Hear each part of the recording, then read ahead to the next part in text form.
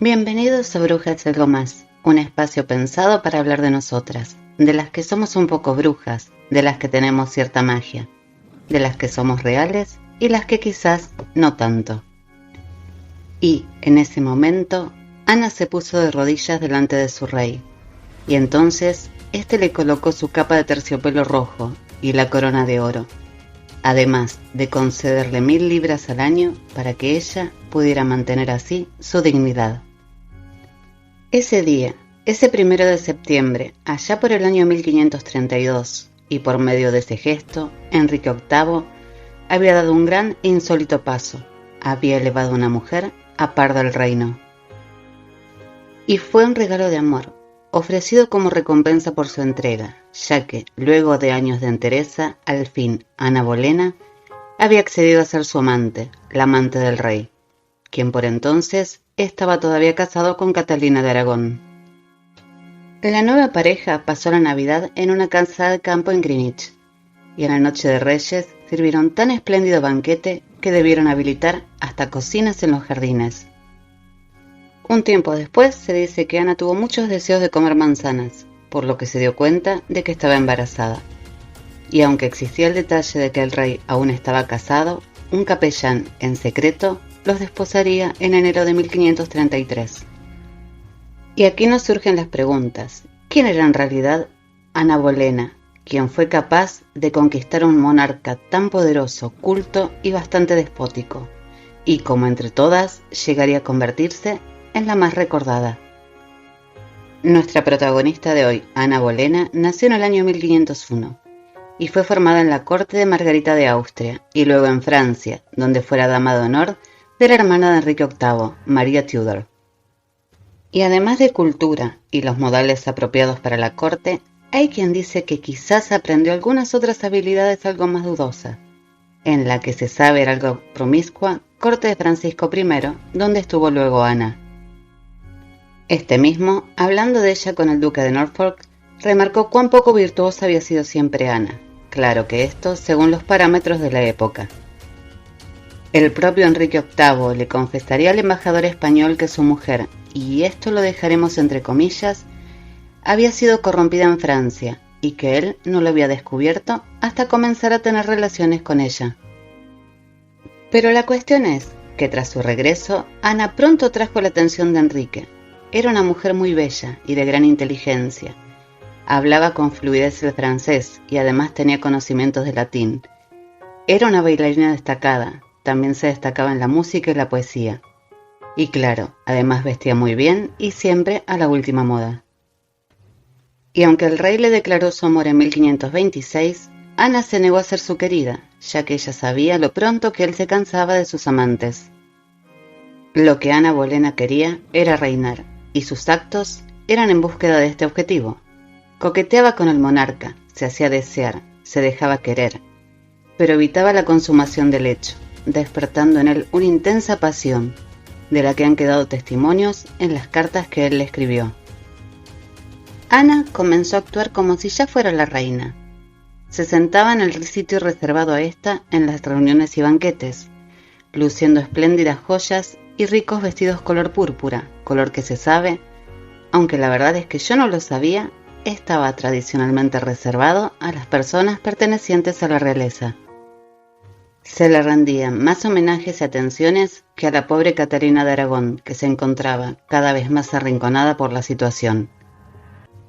El problema de la nulidad matrimonial polarizó las opiniones de toda la nobleza, provocando una tensa lucha por el poder. En ese momento se podían diferenciar 3 facciones en la corte de Enrique. Los seguidores del cardenal Wolsey, aún en el cargo de ministro principal y que apoyaban al rey. Los más conservadores, que discretamente apoyaban a Catalina de Aragón, y la menos discreta facción de los Bolena, quienes pronto serían los más poderosos, liderados por la propia Ana. Totalmente comprometida con la causa de la reforma protestante, fue descrita como más luterana que el mismo Lutero. Ana logra derrocar a su enemigo, el cardenal Wolsey, cuya caída provocaría el ascenso de Thomas Cranmer, quien solucionaría la difícil cuestión del divorcio del rey, siendo recompensado por ello con nada más que un arzobispado, el de Canterbury. Ana Bolena, tras su boda secreta, se había convertido en reina a todos los efectos, menos de nombre. Cranmer acudió en su ayuda, y así, en abril de 1533, el Parlamento aprobaría el Acta de Restricción de Apelaciones, lo que acabaría provocando el cisma inglés y la creación de la Iglesia Anglicana, quedando, de ese modo, el Papa desautorizado para actuar en el litigio matrimonial entre Enrique y Catalina, quien ya no podría apelar ante el Vaticano por las decisiones tomadas por las autoridades religiosas inglesas. El arzobispo Thomas Cranmer declaró la nulidad de la unión del rey con Catalina, y solo 5 días después sentenció la validez de la boda de Enrique y Ana. La épica coronación de Ana Bolena superaría en esplendor a la de todas sus predecesoras. Un 31 de mayo, vistiendo de oro y armiño blanco, haría su triunfal entrada en Londres, recorriendo la ciudad en una procesión de más de medio kilómetro de largo. Los arcos de triunfo, los espectáculos organizados en su honor, todo alababa la castidad de la nueva soberana, expresando la esperanza de que tuviera hijos varones para continuar la dinastía. La fracción de los Bolena se encontraba en el máximo de su poder. Es que todo, la religión, el arte, la cultura misma, todo giraba en torno a la imagen de la nueva soberana, quien no dudó en utilizar su influencia para promover la reforma, marcando la pauta intelectual de la corte y favoreciendo, claro, a aquellos comprometidos con el anglicanismo. Pero su época de felicidad no duraría mucho. Enrique había vuelto a su conducta habitual de estar con otras mujeres cuando su esposa esperaba un hijo. Pero a diferencia de Catalina de Aragón, que lo aceptaba, Ana criticó sus acciones, usando unas palabras que no le gustaron nada al rey, quien, y como todos sabemos, tenía bastante mal carácter, y furioso le dijo que debía aguantar, tal y como habían hecho otras antes que ella. Además le advirtió que tan fácilmente como la había llevado a la cumbre, podía hundirla. El nacimiento de una niña, quien con el tiempo sería Isabel I, en lugar del tan esperado hijo varón, no contribuyó en la relación entre los esposos. Se decía que el rey estaba fatigado hasta la sociedad de la nueva reina. Sin embargo, en ese momento, lo más importante era acabar con la oposición al matrimonio real, y el Parlamento dictó un acta de supremacía que consagraba al rey como jefe único y supremo de la Iglesia de Inglaterra, rompiendo definitivamente su vínculo con Roma, otorgando además la sucesión al trono a la princesa Isabel y no a María, la hija de Catalina. Y toda aquella persona que no jurara estas disposiciones sería condenada a muerte por alta traición. Así fue que cayeron las cabezas de quienes, como Tomás Moro, se habían opuesto a ello. Enrique, frustrado porque no llegaba el ansiado hijo, se entregó a más mujeres y diversiones que nunca, mostrándose cada vez más irritado con la reina, iniciando en 1535 un romance con Jane Seymour.